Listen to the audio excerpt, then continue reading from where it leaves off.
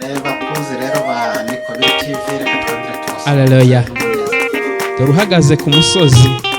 Umusozi tuvuga ni ibinyoma bababwira, agahagarara hejuru y'amagambo babwira y'urucantege, akababuza gukora, ndetse n'ubusambo bugaragara mu bantu hirya no hino. Wibuke gukora subscribe, share and comment kuri channel ya Nikobiri. Mu butumwa bwiza tugezwaho na Reverend Pastor Anaclet. Turuhagaze ku musozi wa Nikobiri TV, atumwe na Yesu guhamagara inama zatatanyijwe n'ibirura,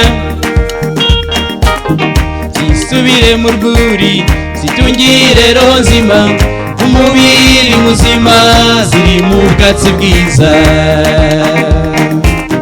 Turuhagaze ku musozi wa Nikobiri TV, atumwe na Yesu guhamagara inama zatatanyijwe n'ibirura,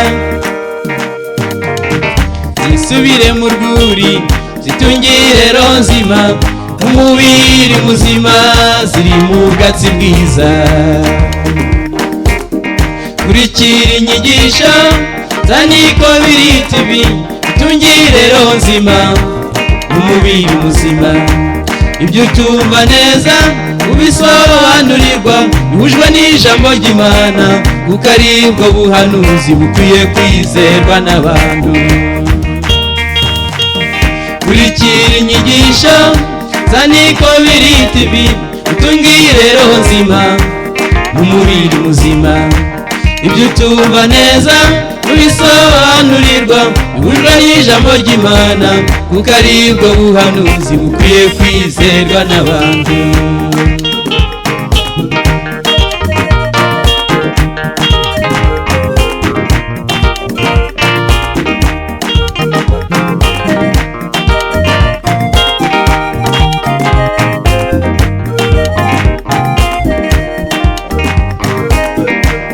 Bino mu muryango wacu wa Nikobiri TV,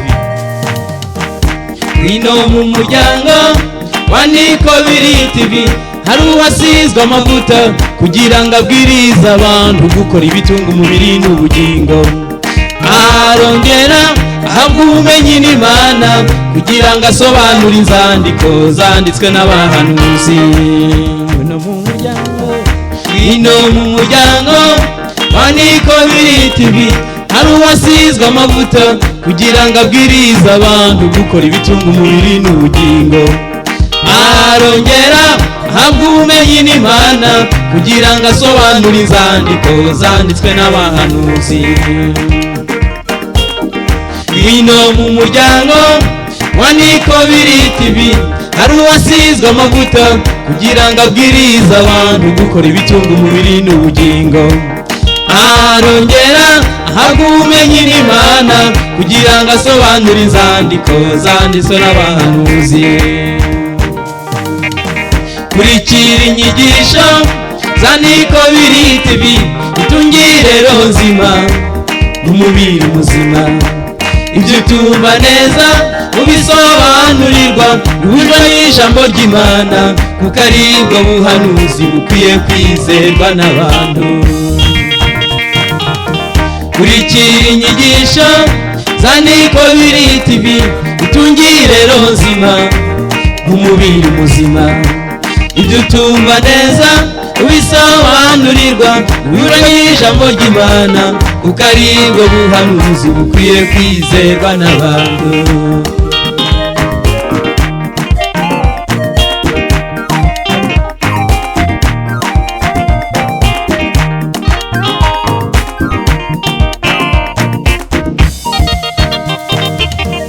Bino mu muryango wa Nikobiri TV, hari uwasizwe amavuta kugira ngo abwirize abantu gukora ibitunga umubiri n'ubugingo.